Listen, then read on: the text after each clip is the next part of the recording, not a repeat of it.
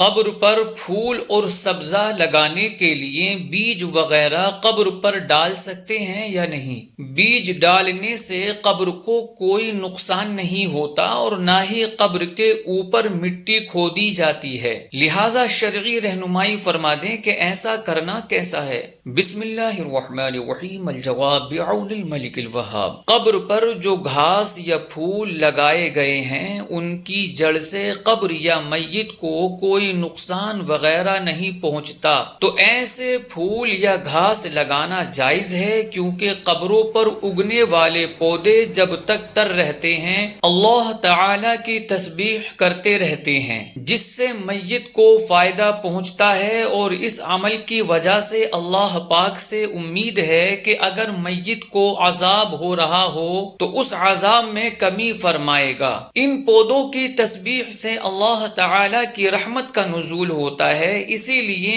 بلا وجہ شرعی قبرستان سے تر گھاس کو اکھاڑنا، کاٹنا ممنوع اور مکروہ ہے۔ چونکہ قبروں پر تر پودوں کا ہونا شریعت مطہرہ کو مطلوب و مستحسن ہے، لہذا پوچھی گئی صورت میں قبر کو نقصان پہنچائے بغیر قبروں پر پھول یا سبزہ لگانے کے لیے بیج ڈال سکتے ہیں۔ قبروں پر سبزے کا ہونا شریعت مطہرہ کو مطلوب و پسند ہے، جیسا کہ صحیح بخاری میں ہے کہ روایت ہے حضرت ابن عباس رضی اللہ تعالی عنہما سے فرماتے ہیں کہ نبی صلی اللہ علیہ وسلم مدینہ منورہ یا مکہ مکرمہ کے باغات میں سے ایک باغ کے پاس سے گزرے تو آپ صلی اللہ علیہ وسلم نے دو انسانوں کی آواز سنی جنہیں ان کی قبروں میں عذاب ہو رہا تھا، تو نبی کریم صلی اللہ علیہ وسلم نے فرمایا انہیں عذاب دیا جا رہا ہے اور کسی بڑے سبب سے عذاب نہیں دیا جا رہا۔ پھر فرمایا ان میں سے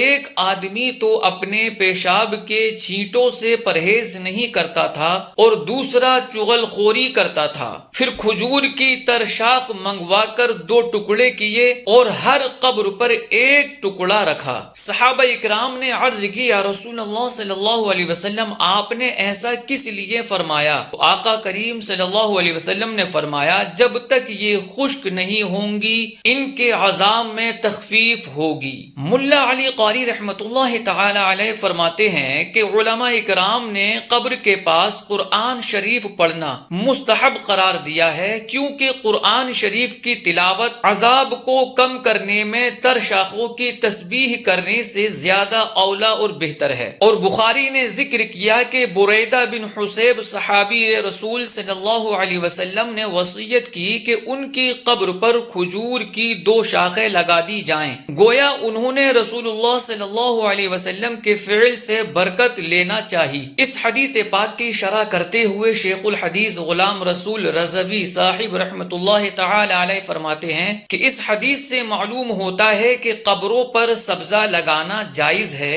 کیونکہ ہر تر شے تسبیح کرتی ہے، اس لیے بریدہ اسلمی نے وصیت کی تھی کہ ان کی قبر پر کھجور کی دو سبز شاخیں رکھی جائیں، اس سے تخفیف عذاب ضرور ہے۔ حکیم الامت مفتی احمد یارخان نعیمی رحمت اللہ تعالی علیہ مرآت المناجیح میں فرماتے ہیں کہ سبزہ کی تسبیح کی برکت سے عذاب قبر میں تخفیف ہوتی ہے۔ قبرستان میں ترگھاس کی وجہ سے میت کو انسیت اور میت کا عذاب دور ہوتا ہے، جیسا کہ فتاوی بزازیہ میں ہے کہ قبرستان سے ترگھاس کاٹنا مکروہ ہے، کیونکہ وہ ترگھاس اللہ تعالی کی تسبیح بیان کرتی ہے اور اس کی وجہ سے میت کا عذاب دور ہوتا ہے اور میت کو انسیت حاصل ہوتی ہے۔ قبر پر ترگھاس کو کاٹنا مکروہ ہے اور قبر پر ترگھاس لگے رہنے سے میت کو انسیت حاصل ہوتی ہے، جیسا کہ علامہ ابن عابدین شامی رحمت اللہ تعالی علیہ فرماتے ہیں کہ تر گھاس کا مقبرے سے کاٹنا بھی مکروہ ہے،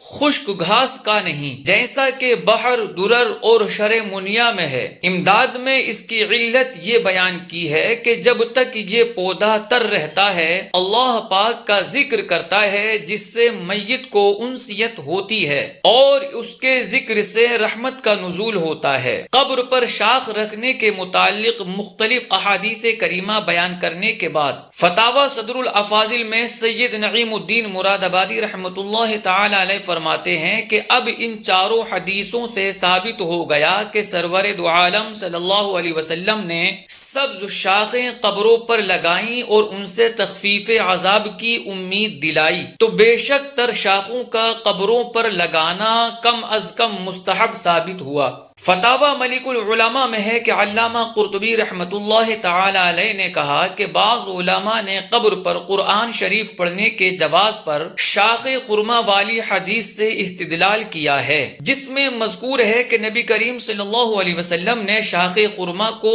دو نصف کیا اور ایک نصف ایک قبر پر اور دوسرا نصف دوسرے پر نصب کیا اور فرمایا کہ جب تک یہ دونوں تر رہیں اللہ تعالی ان دونوں مردوں پر عذاب میں تخفیف فرمائے گا۔ اس حدیث کو شیخین رحمت اللہ تعالی علیہما نے روایت کیا اور کہا کہ اس حدیث سے قبر پر درخت کا نصب کرنا اور قرآن شریف پڑھنا مستفاد ہوتا ہے کہ جب شاخ درخت کی وجہ سے تخفیف عذاب ہو تو قرآن مجید کے مفید ہونے کا کیا کہنا۔ نباتات جس وقت تک سبز رہتی ہیں خدا کی تسبیح کرتی ہیں اور اس سے میت کو انس حاصل ہوتا ہے، اس لیے قبرستان سے سبز گھاسوں کا اکھاڑنا کاٹنا ممنوع و مکروہ ہے۔ واللہ اعلم تبارک و تعالی و رسولہ عالم صلی اللہ علیہ وسلم۔